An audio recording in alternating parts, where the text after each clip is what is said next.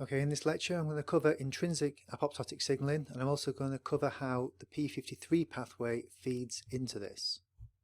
So just a reminder of what we covered last time. We covered the extrinsic pathway last time, where trail binds to the DR5 receptor, activates the death-inducing signaling complex, activates procaspase 9, activates active caspase 3, that was procaspase 8, active caspase 3, and then we get apoptosis. That's the extrinsic pathway. The intrinsic pathway comes from a signal to the mitochondria, releasing active caspase 9 and cytochrome C from the mitochondria. That activates caspase 9, which activates caspase 3 and induces apoptosis. And that was in last week's lecture. What we're going to cover today is the links here with TBID, BAX and BAC, and BCL2. And to cut a long story very short, BAX and BAC are crucial for allowing holes to form in the mitochondria. BCL2 stops this from happening, and TBID enhances this, encourages this to happen. So TBID, BAX and BAC are all pro-apoptotic and encourage the formation of pores in the mitochondrial membrane. That allows cytochrome C out, also allows procaspase 9 out. That can form this apoptosome, which is where active caspase 9 feeds into active caspase 3 and death. So this is the side of things that we're going to be dealing with.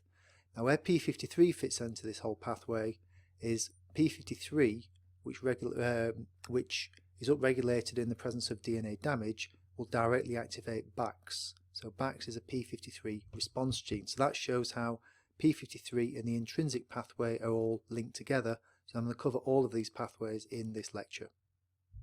So the intrinsic or mitochondrial pathway, it relies upon caspase 9, and caspase 9 is the initiator caspase of the intrinsic pathway, just like caspase 8 was the initiator caspase of the extrinsic pathway. So the mitochondria acts as an intermediate between these two phases of apoptosis, and it stores cytochrome C in the mitochondrial intermembrane space. It also stores procaspase 9. Now, when pro-apoptotic proteins such as BAX accumulate, they will encourage holes to form in the mitochondria, releasing that cytochrome C. However, on the mitochondria there is BCL2, which blocks the pores from forming. So it's a balance between BCL2, which is anti-apoptotic, and BAX, which is pro-apoptotic. And if BAX or BAC is in excess of BCL2, that will open pores in the mitochondrial membrane, and that will release the cytochrome C, and we'll end up with caspase 9 activation. So this is summarized here on the mitochondrial membrane, that we get formation of these mitochondrial permeability transition pores, MPTPs, and this is directly formed due to some sort of stress or some sort of signal leading to these pore forming proteins such as BAX, which will then bind in with the mitochondria and form these pores, which cause the release of cytochrome C. So these proteins BAC and BAX will oligomerize. That is, lots of the proteins will stick together to create a pore in the membrane to allow cytochrome C out, and that allows the apoptosome to form, which is, as we'll see shortly, procaspase 9 is part of that apoptosome. So normally in a cell, BCL2 is on the mitochondrial membrane, BAC and BAX levels are low. In the case of cell stress, either BAC or BAX can increase. BCL2 will normally bind to BAX and stop it from forming these pores. Now this is where the other protein that I've mentioned, which is TBID, comes in. Now TBID is called a BH3 only protein. We'll find out why later on, but what BH3 only proteins do is they bind to BCL2 to prevent them from binding to BAX or BAC, so that the BAX and BAC are free to form their pores. Now, if you remember where TBID comes from cleavage by caspase 8. So BID is normally in its long form. In the presence of active caspase 8, BID is cleaved to truncated BID, and then truncated BID can effectively bind to BCL2, preventing BCL2 from binding to Bax and thus allowing Bax to form these mitochondrial permeability transition pores.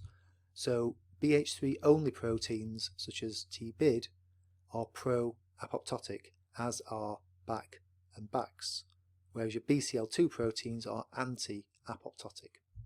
So this is summarised here.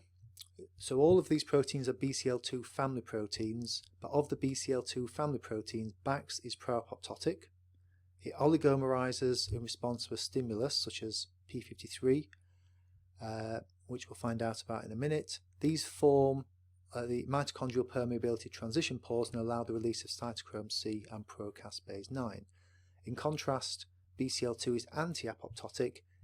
It is present in the mitochondria and it will bind to Bax, preventing it from oligomerizing and therefore preventing apoptosis. So a cell which has high levels of BCL2 tends to be apoptotic resistant, and the cell which has high levels of Bax tends to be more likely to undergo apoptosis. Now I've mentioned cytochrome C and pro-caspase 9, and this slide shows how these all link together to activate pro-caspase 9 into active caspase 9. So we have our mitochondria here. We have pro-apoptotic Bax and BCL2, pro-apoptotic Bax and TBID and BAC. They can form these pores. When those pores form, we get release of cytochrome C and pro-caspase 9 from the mitochondrial intermembrane space.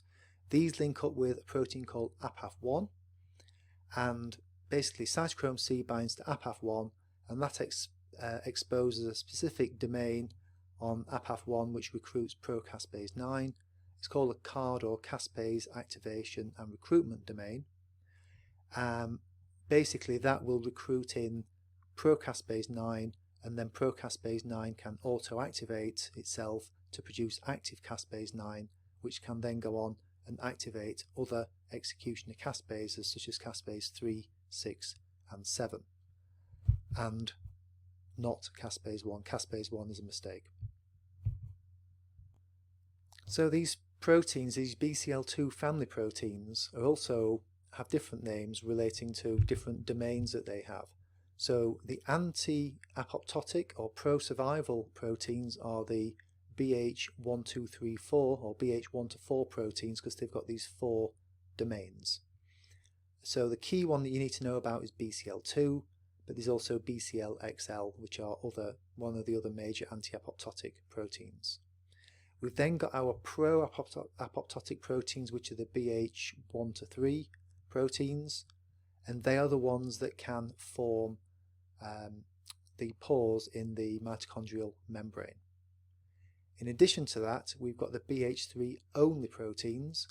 BID is one of them that needs to be cleaved to be in its active form, and then we've got a whole bunch of others: BIM, BIC, BAD, NOXA and PUMA. PUMA is the p53 upregulated mitochondrial activator, so another one of these which is pro-apoptotic. So the way these work is that BCL2 or BCLXL can sequester Bax and prevent it from oligomerizing, that is, sticking together and forming a pore. The BH3 only proteins bind to the same part of BCL2 or BCLXL where Bax binds. So this is Bax in yellow binding to BCLXL, and this is BCLXL bound to a BH3 only protein, and if a BH3 only protein binds, then Bax cannot bind. If Bax cannot bind, then Bax is free to form the pores in the mitochondrial membrane and release cytochrome C from the mitochondria, thus starting apoptosis. Now I've mentioned several times that we've got a p53 protein involved in all of this process, and p53 is a very complex protein. It's a transcription factor, and it responds to DNA damage by inducing DNA repair proteins, but also Bax. So if you imagine that you've got a cell which has got DNA damage, what you want it to do is stop replicating, and it stops replicating because p53 becomes stabilized. p53 becomes stabilized and it actually produces a protein called p21, which is cyclin dependent kinase inhibitor. You've learnt about that in a previous lecture. p53 stabilisation will also induce apoptosis by expressing BAX, and p53 will also repair DNA. It will activate the DNA repair pathways. Now, the reason p53 is important is p53 becomes stabilised in the presence of DNA damage, and we're going to look at these a whole bunch of kinases, one of which is ATM, but there are others on the next few diagrams. And in the presence of DNA damage, ATM phosphorylates p53 into its stabilised form, so that then we get lots of p21, BAX and DNA repair proteins. Now this is all summarised here on this rather complicated diagram. Now before we look at the DNA damage response, we have to consider p53, because p53 has a really elegant negative feedback loop. So if I take you through this, p53 is here. It's a tetrameric protein, that means there's 4 proteins stuck together. And when p53 is expressed, it will bind to the promoter of MDM2. MDM2 is a direct p53 responsive gene. So p53 binds to the promoter of MDM2, that drives MDM2 expression. We get MDM2 mRNA, MDM2 protein, and that MDM2 protein has a sole job, and that sole job is to bind to p53 and cause it to be degraded, and it does it by a process called ubiquitination. And we'll cover ubiquitination and the subsequent cytoplasmic proteasome in a lecture in semester 2, but as far as you know at the moment, ubiquitinated proteins get degraded by the proteasome. So p53 binds to the promoter of MDM2, MDM2 is translated, and then MDM2 protein comes along and degrades the thing that induced it. Basically it means that p53 levels remain chronically low in most cells. So that is a classic negative feedback loop. In the presence of DNA damage, the negative feedback loop is broken. So here's DNA damage. In the presence of DNA damage, we get activation of these 3 kinases: CHEK2, ATM and ATR.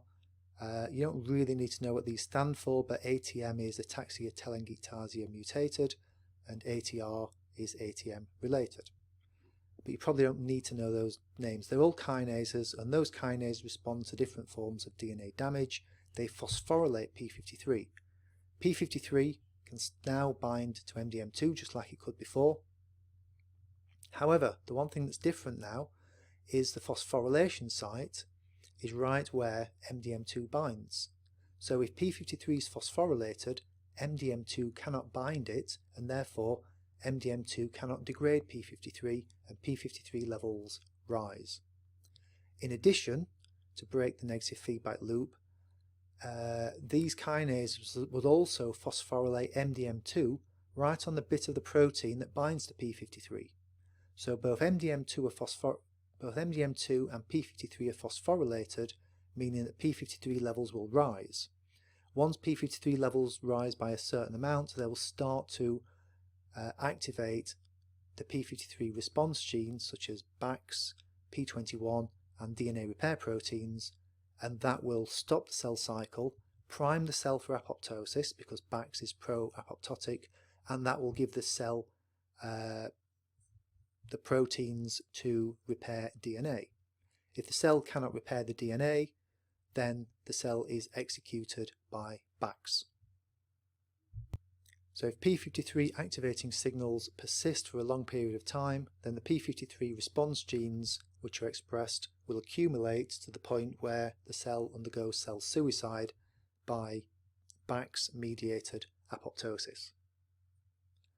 Now if the DNA repair signal subsides, then all newly produced p53 will be unphosphorylated, and that will be potentially degradable by MDM2, and all newly produced MDM2 will be unphosphorylated because there's no DNA damage signal, and therefore we can restore p53 levels to their normal very low levels. And once p53 levels then fall, Bax, P21 and the DNA repair proteins will no longer be expressed and the cell can go back to its normal business. Now this slide illustrates the classic negative feedback loop.